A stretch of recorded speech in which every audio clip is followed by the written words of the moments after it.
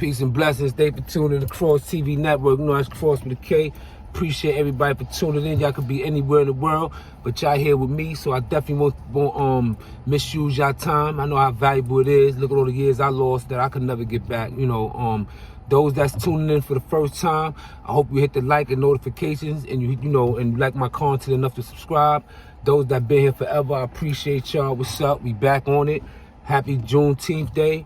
Those that don't know what Juneteenth is, you know, when the slaves got freed, or when enslaved African Americans was freed from slavery, in Texas, they didn't even know until months later.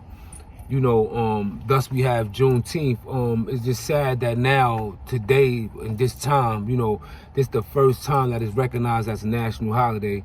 But we take our wins however they come, you know. But this video, I wanted to talk about the first time that I really felt fear. You know, once I was blood and everything, right? You know, a lot of people don't like to talk about fear, you know, because, you know, some people be too tough enough to be talking about fear, or, you know, they want to seem like a coward and everything, right? You know, so me, I'm a realist. So I'm gonna tell you about a real situations that was a real problem and had installed a lot of fear in a lot of homies, a lot of first generation homies.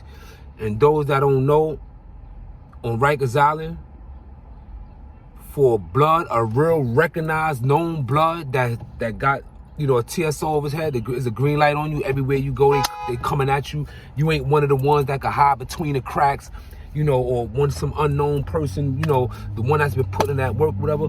So you go to C95. C95 is the biggest jail on Rikers Island.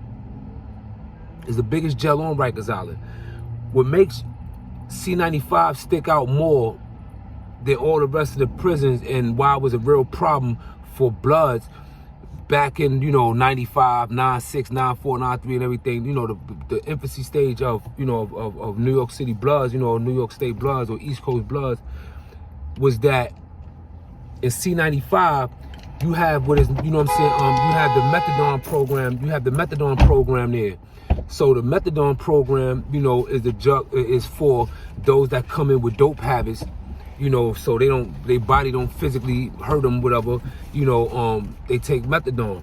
So in New York, you know, the majority of the people that sniff dope and everything just so happen to be, you know, Latinos and everything. So a lot of them was stationed in C95. So now, mind you, they already got the jails and everything on smash. But then when you go in there where it's such a stronghold, you know, it's like you got concerns, you know. So a lot of people be, you know, once you coming out the box or you leaving one jail, you already know where you're going.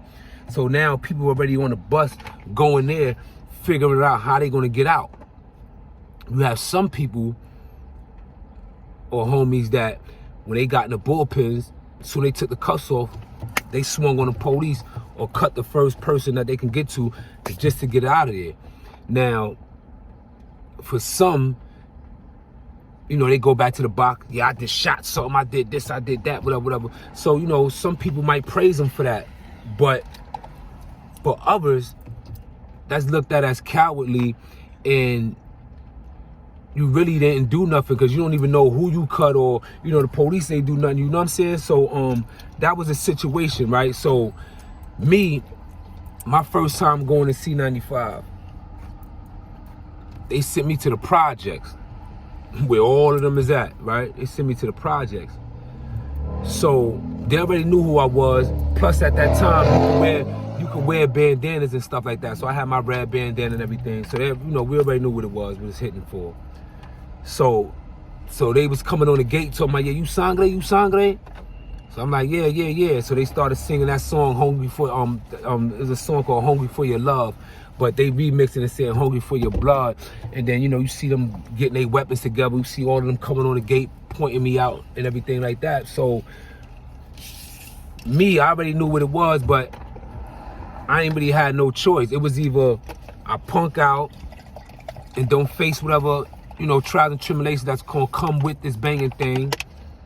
And then when I do go somewhere else, you know, I got to worry about now the Bloods and everything coming to get me because I just disgraced them and everything, you know. So I chose to go the high route and take whatever was coming for me.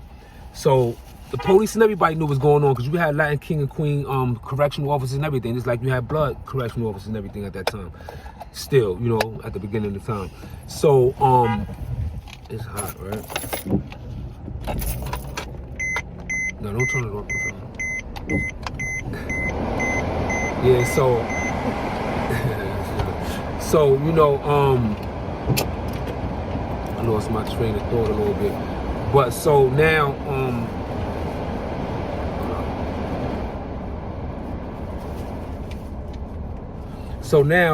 I'm waiting to go up in the house.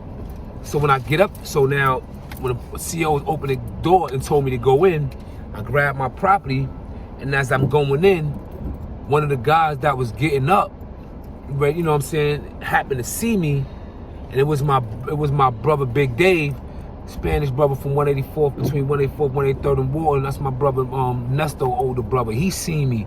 He wasn't banging or nothing like that. He seen what was going on.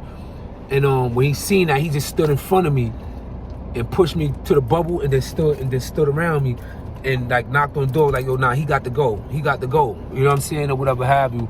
And all the Latin Kings and everything, they was in the day room waiting for me to come in. They had other people, you know, waiting to have me surrounded, you know, come in or whatever. You know what I'm saying? I had my knife and everything. You know, see, this is the thing, right? There's many different concepts and the ways of banging, right? I did a lot of time in the box, you know, more in population than in the box. But every time I went to the box for a purpose or a cause. You know what I'm saying? I ain't just go just because. You know, when you in the field and you a realist and you paving the way and everything, the last place you really want to be in a box. So a lot of real people, you know what I'm saying? You got some people like J-Dub, like Kross, you got, you know, Blue Boy and these dudes that they call jailhouse bodies and everything, and did 4, 5, 6 years and came right out the box. You know, there are moves that been in the box wild long at a time, you know, depending on who you was. It seemed like that was a form of PC, you know what I'm saying? That was a form of hiding, you know, you ain't want to get your hands dirty, you know, for fearing, you know, to lose or whatever, however the outcome gonna be. So some people just hid in the box for mad years and everything like that, you know what I mean? So, you know, I later on went back to C95 and it was a whole different story, but I chose to go inside there because my thing is this, right? If I just go inside there and just victimize anybody that's not even banging just to save my ass, just to get out for fearing that I might get hit or get, you know, repercussions get done for me banging, what's going to happen to the next blood or the next brother that's going to come in behind me? He's going to get it worse.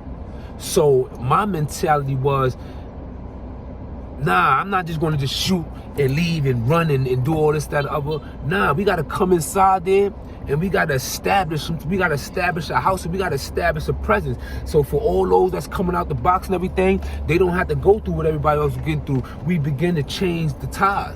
So that was my mentality.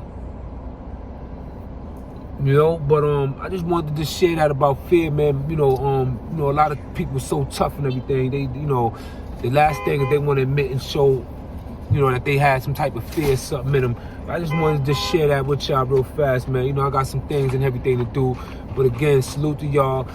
It's getting crazy out here. And that's the next thing I'm gonna talk about is why, you know, the YouTube and social media never loses. You already know, thank you for tuning in to Kross TV Network. That's Kross with a K. Remember, if it ain't grown, leave it alone.